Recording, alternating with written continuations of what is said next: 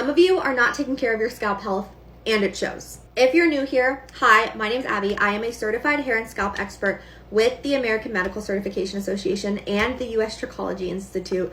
I've put in probably, I'm gonna say over 15,000 hours regarding scalp and hair health. It is how I got my hair from this to this, and I have helped over 3,500 people get their own hair transformation as well. If your scalp is flaky, itchy, throbbing, painful, oily, super dry, your scalp is crying out for help, and that actually directly affects your hair. And I'm gonna explain why. So, when growing up in Arizona, I grew up in Arizona, and my grandmother always used to have a garden, and it always used to have all of these incredible vegetables and fruit, and it tasted so good.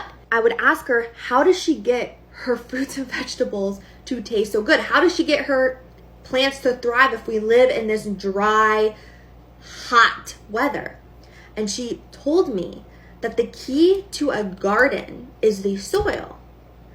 And one day I was just scrolling on social media and something clicked in my head regarding the scalp and the hair. All right.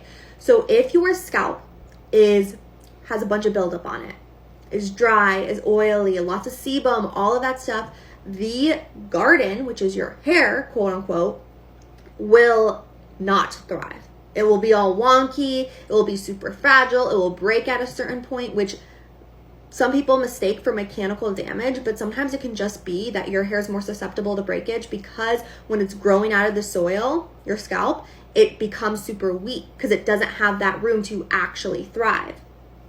Now, if your scalp is nurtured, it has the nutrients, it has what it needs to thrive, your hair is going to thrive as well. Your garden is going to thrive as well. That is why I always compare the two, because it's probably the easiest thing to understand that your scalp is the soil and your hair is the garden. And in order for your hair to thrive, in order for you to get the best hair of your life, you need to be taking care of your scalp. And my before and after is literally proof that that is what happened. I started taking care of my scalp health, and that is where my hair transformation started to begin. I've never had this thick, this full, this dense, this shiny and healthy hair in my life. My hair never used to grow past a certain length, but now it does because I started focusing on my scalp, which is why I preach scalp health all the time. Follow for hair and scalp tips. I've dedicated my whole page to it.